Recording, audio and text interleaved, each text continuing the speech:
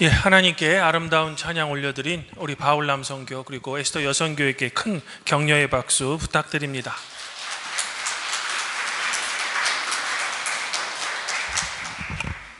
예, 그럼 제가 사도의 인사를 드리겠습니다. 하나님 우리 아버지와 주 예수 그리스도로부터 오는 은혜와 평강이 오늘 이렇게 주일 공동 예배에 오신 모든 교우에게 함께 있기를 바랍니다. 성도 여러분, 소아시아 지금의 이제 튀르키예 지역의 1차 선교 여행을 잘 마친 사도 바울은요, 사도 자신이 세운 교회들을 다시 한번 점검해보고 또 새로운 지역에 복음을 전파하기 위해 소아시아 지역의 2차 선교 여행을 떠납니다. 하지만 무슨 이유인지 이 선교의 일정이 그리 순탄하지 않습니다. 자꾸 선교가 막히는 겁니다. 이에 사도 바울은 고민을 하면서 잠을 청하는데요, 꿈속에서 마게도냐 사람이 나타나서 바울에게 이렇게 이야기를 하는 겁니다. 이곳 마게도냐로 건너와서 우리를 도우십시오.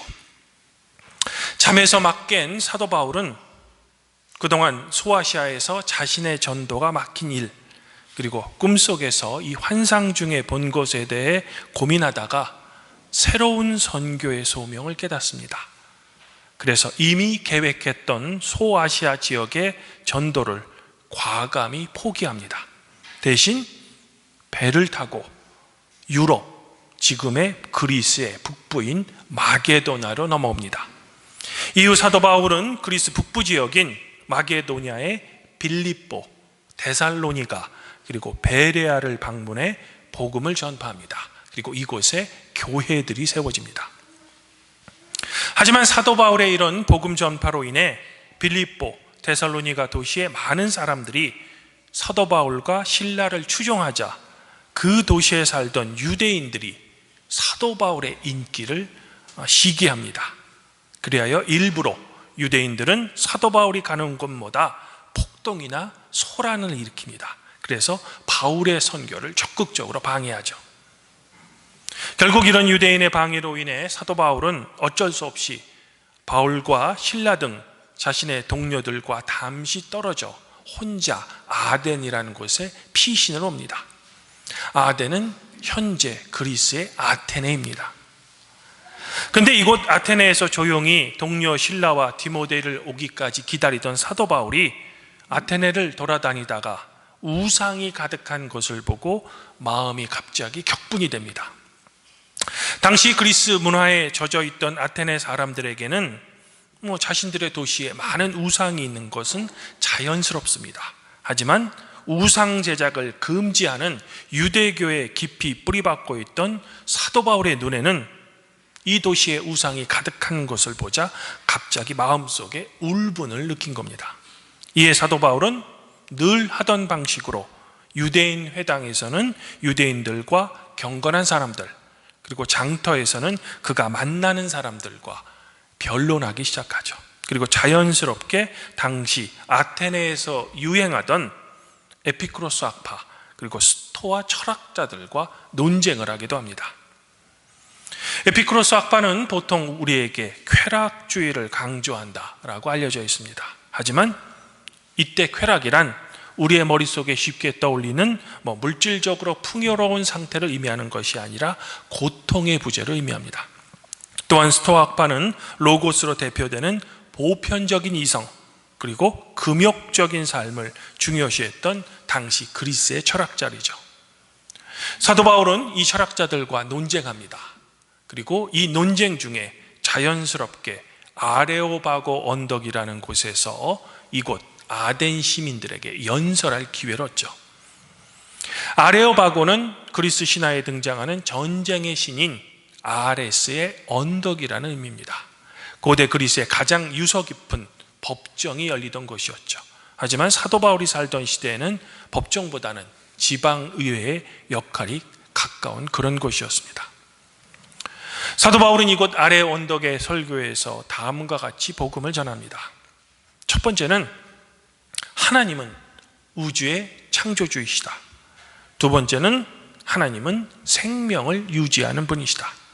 세 번째는 하나님은 이 세상의 모든 민족을 다스리시는 분이다. 네 번째는 하나님은 인간의 아버지시다. 마지막 다섯 번째는 하나님은 이 세상의 심판자이시다. 바로 우리 기독교 신앙의 핵심을 아테네 시민에게 설교했던 거죠. 하지만 사도 바울이 죽은 자의 부활에 대해 이야기하자 사도 바울의 설교는 갑자기 중단됩니다.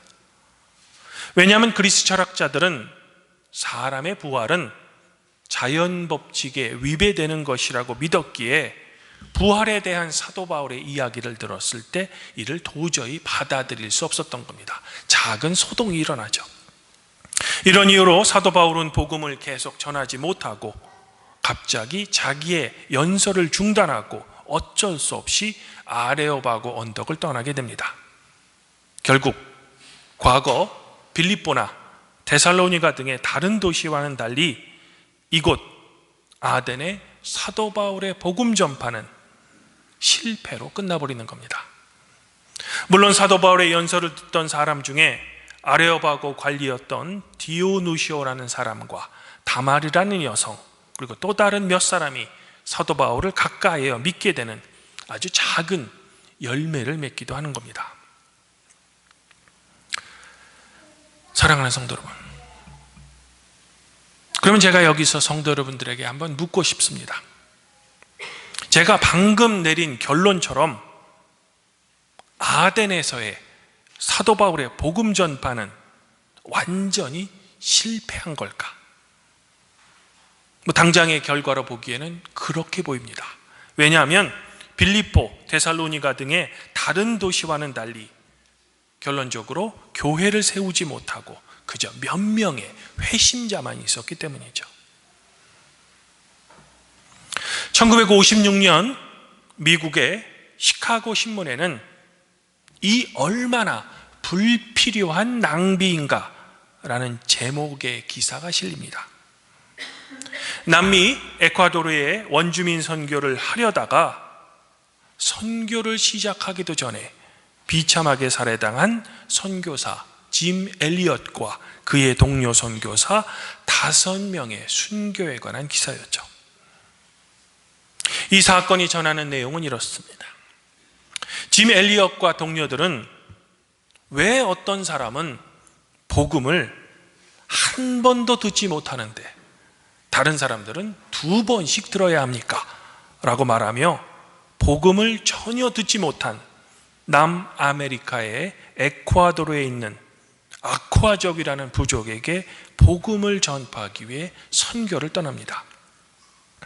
그런데 문제는 이들이 전하려는 아쿠아족은요, 백인만 보면 죽여버리는 매우 호전적인 부족이었다는 겁니다. 선교를 떠난 후 이들에게 한동안 연락이 없습니다. 수색팀이 수색을 합니다. 결론적으로 짐 엘리엇과 동료들은 이미 부족으로부터 죽임을 당한 후였습니다.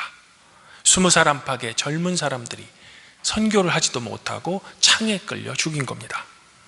그런데 한 가지 이상한 점은 이들의 주머니에는 권총이 있었다는 겁니다.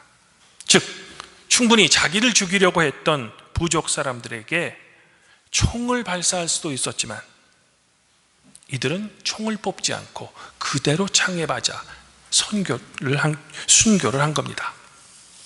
앞서 제가 말씀드린 대로 당시 미국의 라이프지와 타임지는 이 사실들을 안타깝게 보도하면서 미국 명문학교인 휘튼 대학교를 졸업하고 장래가 아주 촉망되던 이 6명의 젊은 인재들이 복음을 전하지도 못하고 낯선 땅에서 살해당한 것을 두고 이들의 헌신과 희생은 가치 없는 죽음이었다라고 비판했던 겁니다. 그러면 과연 이들의 선교는 정말 이 기사의 제목대로 가치 없는 죽음이었을까? 이로부터 2년 뒤 일련의 여성 선교사들이 이 아우카족을 방문합니다. 아우카족은 여자를 해치는 행위는 비겁한 짓이다 라고 생각해서 남자 선교사는 달리 여자 선교사들은 죽이지 않습니다. 이 여자 선교사들은 아욱 가족을 위해 여러 해 동안 헌신합니다. 이에 감동한 아욱 가족 추장은 한 여자 선교사에게 이렇게 물었습니다. 당신들은 도대체 누구이고 우리를 위해 이렇게 고생하는 이유가 과연 무엇입니까? 이에 그 여성 선교사는 추장에게 이렇게 대답했다고 합니다. 우리는 5년 전에 당신들에게 죽임당한 백인들의 아내입니다. 우리는 하나님의 사랑으로 이곳에 왔으며 남편들이 당신에게 전해주고자 했던 말을 들려주기 위해 당신들의 말을 배웠죠. 하나님은 여러분을 사랑하십니다. 바로 이 여자 선교사들은 5년 전에 살해당한 짐 엘리엇과 다른 선교사들의 부인이었던 겁니다. 아욱 가족은 이들의 헌신적인 희생에 감동해 복음을 받아들이고 짐 엘리엇을 죽였던 키몬이라는 사람은 아욱 가족 최초의 개신교 목사가 됩니다. 제가 지금 소개한 내용은 짐 엘리엇의 부인이었던 엘리자베스 엘리엇의 고백적인 책 전능자의 그늘에 감동적으로 기록되어 있습니다. 주님 안에서 한영지자매인 팔복교회 성도 여러분, 앞선 사도 바울의 아덴 선교가 실패했다라는 저의 잠정적인 결론은 어쩌면 당장의 눈에 보이는 결과만을 중시했던 평가인지 모르겠습니다.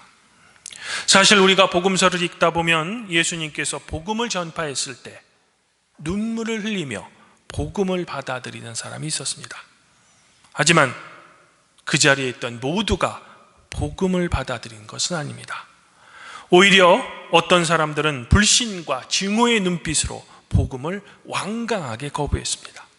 즉 진리인 복음의 선포에는 복음을 환영하는 사람들이 있는가 하면 복음을 온몸으로 거부하는 사람들은 항상 이 세상에 존재한다는 거죠. 이런 이유로 예수님께서는 귀 있는 자들은 들어라 라고까지 말씀하신 겁니다. 즉 들을 귀가 있는 몇 사람의 회심, 아니 단 한 사람의 회심만 있었다면 그 복음 전파는 우리의 기준에는 미약할지라도 죄인 한 사람의 회심을 기뻐하시는 하나님의 기준에는 결코 실패한 복음 전파가 아니라는 겁니다. 이제 다음 주일은 우리 팔복교회 창립 28주년을 기념하는 주일입니다. 더욱이 팔복교회는 루터교 한국선교 40주년을 기념하기 위해 세운 기념교회죠. 성도 여러분들도 잘 아시다시피 지금은 세상에 복음을 전파하기 너무나도 어려운 시대입니다. 그럼에도 우리는 여전히 세상에 주님의 복음을 전파해야 합니다. 당장의 결과가 우리의 눈에 보이지 않더라도 말입니다. 베드로는 오늘 우리에게 이렇게 말하고 있습니다. 의를 위하여 고난을 받으면 그 사람은 복 있는 사람입니다. 그러나 우리가 주님의 복음을 전파할 때 그저 입술로만 전하는 복음 전파가 아니라 짐 엘리엇과 동료 선교사들 그리고 이들의 정신에 이어받은 가족의 헌신까지는 아니더라도 우리의 온 삶으로 복음을 전파해야 하는 겁니다. 우리의 온 삶을 보는 사람들로 하여금 주님의 복음을 깨닫게 해야 된다는 겁니다. 만일 우리의 순수한 복음 전파가 전능하신 하나님의 그늘 아래 있다면 그 열매는 우리가 아닌 주님께서 맺어주실 것입니다. 복음의 씨는 우리가 뿌리지만 그 씨에 물을 주어 열매를 맺게 하시는 분은 주님이시기 때문입니다. 더불어 성도 여러분들이 하시는 모든 일에 눈에 보이는 열매가 당장은 보이지 않더라도 주님의 보호하심과 자비 가운데 여러분이 하시는 모든 일에 열매가 주님이 정하신 그 때가 되면 맺게 될 것입니다. 그러므로 현재의 삶에 너무 조급해하지 마시고 인내하시며 기도하시며 주님의 인도하심을 기다리시기를 저는 지금 소망해 보고 싶습니다. 여러분을 사랑하시는 주님께서는 주님께서 정하신 그 때가 되면 여러분의 기도를 반드시 들어주실 것입니다. 바라기는 팔복교회 구성원 모두 사도 바울같이 그저 눈앞의 결과를 두려워하지 말고 기회를 얻든지 기회를 못 얻든지 주님께서 여러분에게 명하신 복음 전파의 사명을 주님께서 부르실 그날까지 충실하고 건강하게 수행하시기를 저는 더불어 소망해 봅니다. 아무쪼록 오늘 요한복음의 말씀처럼 여러분을 고아와 같이 버려두지 않으시고 여러분에게 항상 찾아오시는 그 주님을 믿는 굳건한 믿음으로 이 어렵고 힘든 세상에서 그리스도 예수 안에서 승리하시기를 성부와 성령과 함께 우리의 구원자이신 성자 우리 주 예수 그리스도 이름으로 간절히 축원드립니다. 그리하면 모든 지각에 뛰어나신 하나님의 평강이 그리스도 예수 안에서 성도 여러분들의 마음과 생각을 지키실 것입니다.